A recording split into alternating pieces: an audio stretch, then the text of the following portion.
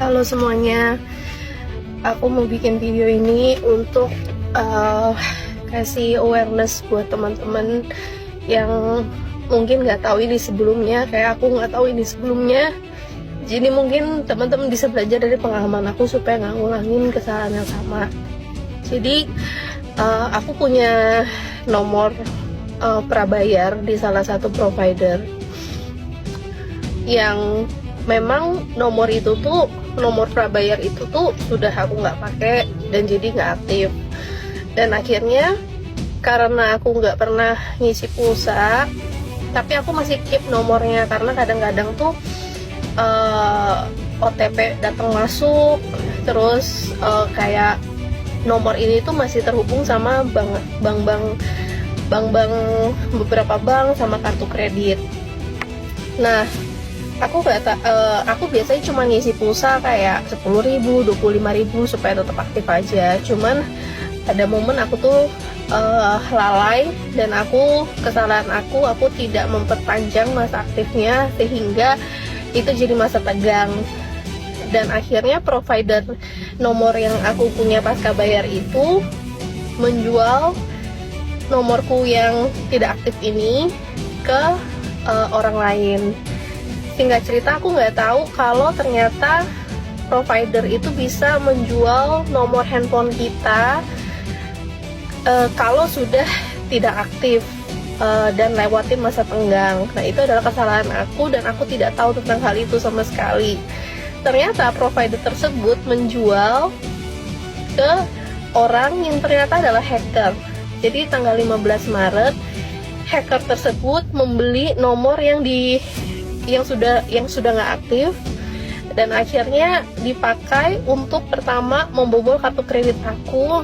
Jadi ada penarikan uang dari PayPal sejumlah $1.200. Habis itu akun Shopee bisnis aku masih connect ke nomor lama karena aku mau pakai nomor baru aku, tapi nomor baru aku tuh udah terpakai di nomor Shopee yang lainnya. Jadi memang aku masih pakai nomor lama itu. Dan akun Shopee bisnis aku Miral Sugar Wax diganti emailnya, diganti passwordnya, dan berusaha mencoba untuk mengambil saldo yang ada di Shopee aku, di Shopee Miral Sugar Wax. Orang hacker tersebut juga belanja Rp500.000 di akun Klook dan dia mencoba membobol banyak sekali aplikasi-aplikasi yang memang masih nyangkut ke nomor lama aku. Singkat cerita, kejadian itu sesuatu yang masih baru banget, jarang banget orang ngasih tahu tentang hal ini. Dan aku akhirnya hari ini membuat laporan ke polisian menyatakan tentang kronologi kejadian ini. Karena bukan cuman hacker ini itu ngebobol uang aku, tapi dia coba untuk meretas akun sosial media aku, akun bisnis aku, bahkan dia menggunakan nomor lama aku untuk membalas chat klien-klien aku. Dan ada satu klien aku yang dimintain sejumlah uang. Jadi menurut aku ini bukan cuman aku yang dirugikan, tapi orang lain yang nggak tahu kalau aku tuh ganti nomor. Singkat cerita, aku bawa ke kepolisian.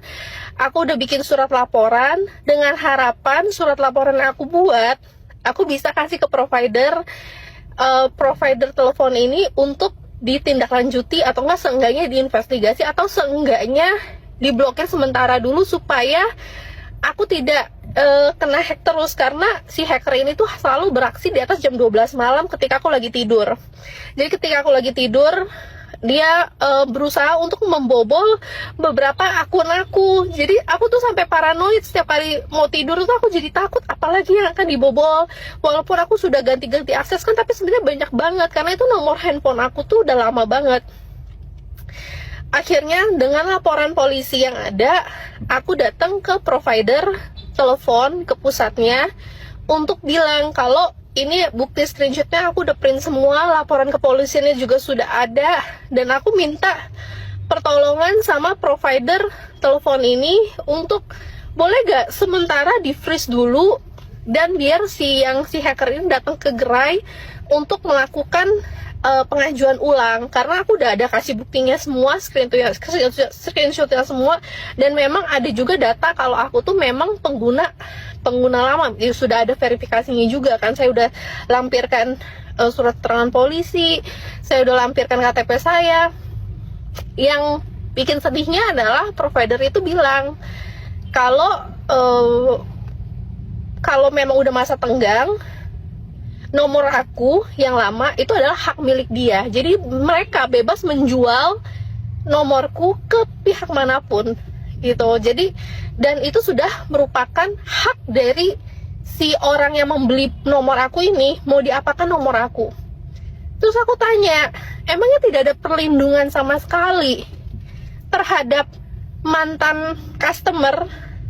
Aku kan juga customer gitu loh, kenapa tidak ada perlindungan terhadap diriku? Singkat cerita dia bilang, ya semestinya kamu sebagai customer, kamu tetap keep nomor itu. Jangan sampai nomornya itu masa tenggang, terus isi pulsa. Kalau misalnya itu lalai dilakukan, ya udah, intinya provider tersebut berhak untuk mengambil aku punya informasi, mengambil aku punya nomor handphone untuk dijual ke siapapun itu gitu loh. Aku mengakui ini adalah kesalahan aku karena aku tidak melanjutkan untuk ngisi pulsa. Tapi aku bilang ini kan udah kejadian, ini adalah kesalahan aku. Tapi setiap hari si hacker ini tuh mencoba melakukan pembobolan menggunakan nomor handphone nama aku. Apakah tidak ada perlindungan sama sekali dari provider kepada aku gitu loh, pihak yang dirugikan dengan segala macam screenshot. Nah, provider yang bilang ya ntar coba saya lanjutkan ke pihak terkait lah, saya coba ajukan ke pihak departemen komplain segala macam. Jadi tidak ada aksi. Terus aku bilang, setiap malam si hacker ini terus beraksi, apa yang bisa dilakukan oleh kamu untuk melindungi aku gitu loh. Intinya gak ada sama sekali.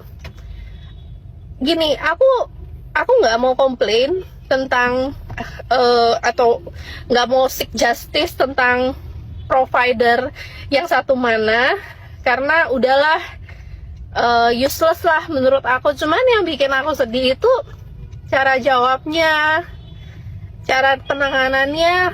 Aku ngerasa kayak nggak ada empatinya sama sekali, dan aku nggak pernah aku kan juga pembisnis ya, jadi aku nggak pernah setidak mau mendengarkan itu. Jadi malah dari tadi conversationnya aku terus yang disalahin, siapa suruh lu nggak perpanjang, siapa suruh lu nggak isi pulsa. Aku bilang iya, aku salah, aku tahu aku salah, tapi aku butuh perlindungan juga. Karena kalau kamu jual misalnya ke siapapun itu aku nggak masalah, tapi jangan sampai jual informasi aku dan nomor handphone aku ke orang hacker tersebut gitu loh. Sampai aku berpikir, kok bisa hacker itu tuh bisa beli nomor aku gitu loh, tahu dari mana informasi kalau nomor aku tuh ternyata udah masa tenggang. Aku jadi berpikir-pikir, ini kenapa bisa kejadian pas banget tahu kalau memang aku pengusaha dan nomor itu terlink ke banyak banget bank. Akhirnya sekarang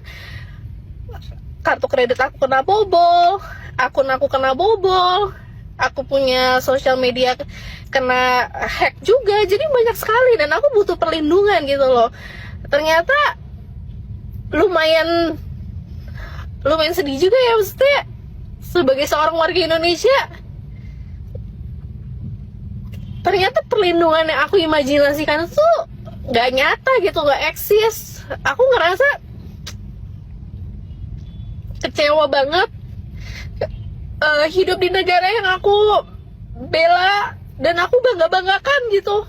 Tapi ternyata untuk sesimpel ada empati terhadap orang yang kena musibah aja, ada empati untuk ya udah seenggaknya cari jalan keluar bersama, itu ternyata nggak ada gitu loh dari perusahaan sebesar itu. Ya intinya dari sharingan aku ini, aku ajak temen-temen jangan ngulangin kesalahan kayak aku. Kalau memang teman-teman tuh punya nomor yang udah hampir nggak aktif tapi masih ke link, ke connect ke akun manapun itu, bukan cuma akun Shopee, Tokopedia, tapi juga akun sesimpel kayak akun trip.com, akun-akun jalan-jalan